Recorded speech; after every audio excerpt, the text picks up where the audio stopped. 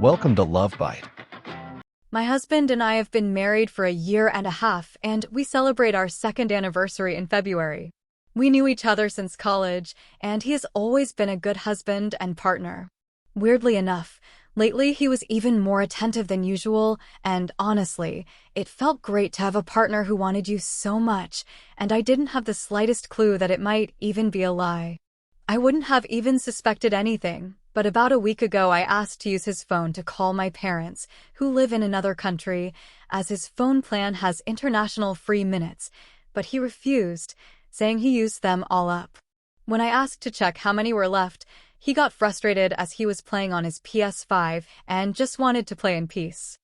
I shrugged it off as stress, but something in the back of my mind was telling me to look into this further. For the next few days, every time I would ask to see his phone, he would get defensive. The other day, he did hand me his phone but hovered over me the whole time, then snatched it right away, saying he needed it for work. Mind you, I only asked for it to use his PayPal account and didn't even go near any of his social media apps. I'll admit my curiosity got the best of me while acting like I was scrolling through my phone and taking note of his passcode. It took a while, but I finally got it. The only time the phone isn't on him is when he's asleep, so last night I took it and started searching.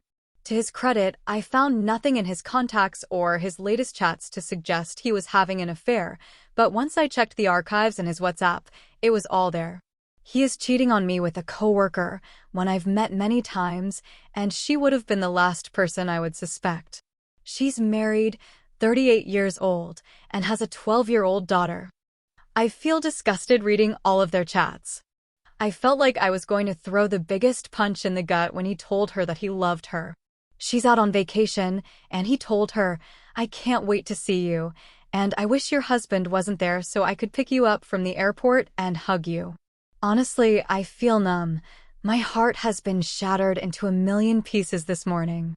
When he was leaving, I told him I was sick and couldn't get up.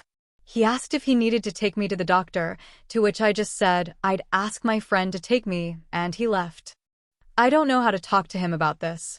A part of me wants answers, but another part of me wants to believe this isn't real and to save my marriage. But what is there to save if he's already told this woman he loves her? I feel so many things, so much anger and resentment, yet I'm utterly crushed, and I have been second-guessing myself. Did I go wrong anywhere? I know I shouldn't think like this, but I can't help myself. I don't know how to go forward with this. He's going to be back home in a few hours.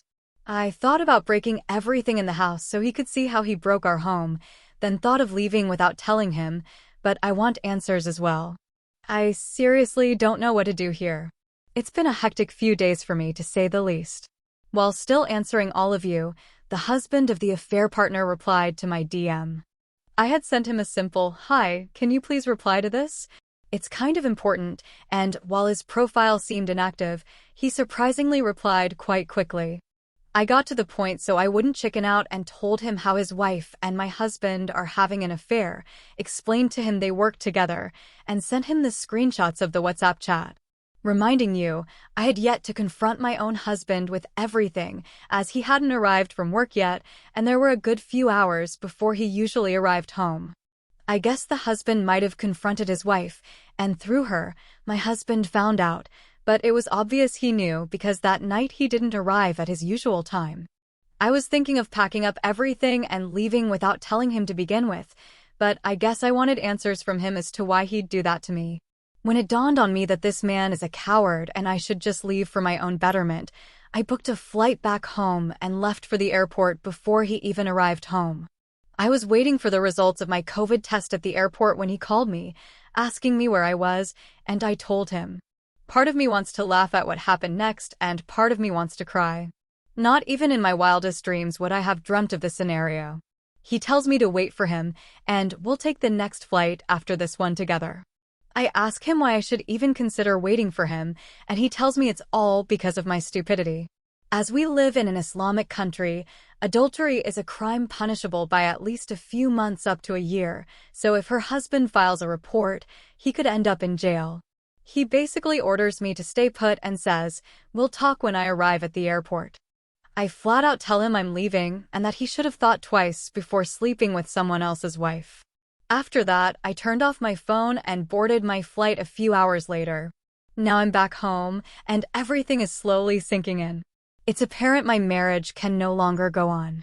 I have no love left for the man who, instead of apologizing or at least facing me, ended up telling me, "How could you?" and turning me into the bad guy. His parents have even accused me of ruining their son's career, as his boss fired him and his AP when he found out and even blacklisted him, so now he can't get another work visa for that country. Also, because he left in such a hurry, many things were left unresolved, like that we had paid the whole year's rent in advance and still had a few months in the lease, as well as things like the furniture and monthly bills. So now he's scrambling to get his friends to suspend everything and sell off the furniture, and his parents are angry at the amount of stress I've caused their son. Thankfully, my parents, most of our friends, and even most of his family are on my side and agree that he's the one who screwed up. Many of you suggested I do something to get revenge, but honestly, none of this was my intention, nor do I get any happiness from it. I also have zero intention of wanting anything out of the divorce. I can earn my own money, and there's nothing he can give me that will make the pain and heartbreak I've felt these past few days any better. I'm not shaming people who do seek alimony. I'm just saying I prefer to sever all ties and finish this off as soon as possible. I want to move on with my life and have already reached out to my old employer about rejoining the company, to which they told me I could return whenever. Plus, I'm reconnecting with all the old friends I missed while living abroad. Husband has hinted he wants to talk and maybe even consider reconciling, but I've made a strict only talk rule through my lawyer rule and made it clear that is not happening ever. I don't know if this is a good update, but this is the current reality. My divorce might take a while, maybe even up to a year, as judges usually give couples a few months if one person seeks reconciliation and isn't willing to have an uncontested divorce. So for now, this man is still legally my husband, but emotionally, he's currently a complete stranger to me. I thank all of you for the love and support. The advice you all gave was really great. Thanks to all of you, I am currently lawyered up and all contact is through him. I'm currently hyperventilating and I really don't know what to do. I hired a really good lawyer, but she did warn me that if my ex-husband asked for a reconciliation period, the judge would most likely grant it, and that's exactly what happened.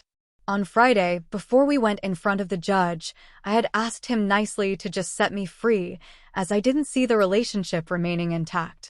He didn't say anything initially, but later on said he'd think about it. We first presented the WhatsApp chat screenshots, and my lawyer explained the entire story of him cheating with a coworker, and how I found out that during this time. This makes me so angry even remembering this part. He started crying. Yes, sobbing like a baby. I'm in utter shock. I can't even say anything, and he suddenly begs the judge, saying he made a mistake and wants to make it right. He turns to me and says, "I love you. Please give me another chance." After this, there was literally nothing I could do or say to convince the judge to let the divorce move forward, and he told us to try a 6-month reconciliation period. I went home in tears. Today, he contacts me through my lawyer, asking when I'll move back in with him. The audacity of this man. After all this time, I finally let my anger get the best of me. I didn't give a flying F***ck if this made me seem bad in court. I took my phone, dialed his number, as I deleted it, and screamed at him, telling him whatever I wanted to say for the past month or so. I made it clear that I want nothing to do with him, and he should go ahead and try all he wants. He is not getting me back. He had the audacity to call me irrational and throw BS like, "I'll wait for as long as it takes you to forgive me." Ugh, this is getting too much for me. I'm hyperventilating, my anxiety is going up, and I'm generally not feeling well. My lawyer said he can't force me to move back in with him, and it's entirely my choice to stay wherever I choose, but still, just the thought wants me to throw up. I think I made myself believe that it'll be easier onwards from here, and it's taken me off guard how difficult it really is to separate from a spouse. I really don't know what to do. I want to go somewhere far away where he can't reach me in any shape or form. Even the thought of him makes my blood boil. I'm kind of clueless as to how to begin here, as honestly, so much has happened in the past few months. It's like looking back at a bad dream, but mine was very, very real. After the judge ruled we needed to go through a period of reconciliation, I asked my lawyer if I could leave the country, and he said yes, but it might make me look bad to the judge, and my ex could use it against me. I didn't care and just wanted to get away, so I canceled my old UAE visa, which was sponsored by my ex, and my employer sponsored my new visa. My best friend, who also lived in Dubai, offered to find an apartment where both of us could be roommates, as she felt crowded in her current living situation. She was living with 4 people, a couple, and another roommate, and I immediately agreed. She found the apartment while I was sorting out my visa, and I had technically moved in even before I arrived. A few days after I arrived in Dubai, my ex's friend contacted me and said he still had all our old furniture and just wanted it off his hands, which I was more than happy to do. The bed, side tables, sofa set, and other big furniture I sold off for dirt cheap on an app. The stuff I kept was all my kitchen and baking stuff, like my KitchenAids, which I had all bought with my own money, and the TV, which was his pride and joy. Now we have a very nice big screen smart TV in our common area, all thanks to him. Early on, while still in my home country, the AP's husband messaged me a few times, but I was too preoccupied to message him back. TBH, I intended to block him at first, but once the dust settled a bit, I did manage to talk to him. He's also going through a very messy separation, as he can't file for divorce in the UAE. Hilarious as it might be to some of you, the reason my ex ran away from Dubai with his tail between his legs was the AP's husband filing a complaint, which he had no intention of doing, as that would mean the AP would be charged as well. And he didn't want to do that to his daughter. Now they are both still legally married, waiting for their daughter to finish the school year so they can go back to Australia to get officially divorced. I thought I had it hard. The poor man moved out of his home to a hotel, all for the sake of his daughter, and even after they get divorced, he'll have to deal with this woman as they share a child. Thank God, that's something I don't have to deal with. As for my marriage, I'm happy to say our divorce was finalized on January 16th. Some of you might remember that my reconciliation period was supposed to end in April, but due to some unforeseen circumstances, it sadly had to be cut short. I seriously count myself lucky with this. Apparently my so-called loving ex-husband, who was crying in court to save our marriage, is getting married again. Yup, he's getting remarried and has applied to terminate the marriage, which I was happy to comply with. I went back home on January 5th and signed the papers on the 10th, which were finalized on the 16th, and I was back in Dubai by the 26th. Sadly, we didn't have the same judge, so I didn't have my I told you so moment, but all in all, I got what I wanted. Finally, I'm not dating anyone officially yet. I have met someone, but I am taking things slow and don't want to jump into anything serious just yet. Oh, and something I forgot to mention. You all blew this post up so much that people were sending me screenshots from Instagram posts about it, which I thought was wild that it managed to travel to other social media apps, and even my ex found out about the post through YouTube. Apparently a friend of his watched it on a channel called Lost Genre, and he even sent me a very scathing email through his lawyer for defaming his name on social media. My lawyer put him in his place, saying that the post was anonymous and no one knew my identity, let alone the country we were from, so he shut up real quick. I had a good laugh about it though, and I even talked to the guy behind the channel on his Reddit account. He was super nice. I want to thank all of you for the support and kind messages. I cannot begin to explain how much they helped and gave me strength. I think a bunch of strangers who I've never even met showed me my worth and helped me get out of a toxic relationship.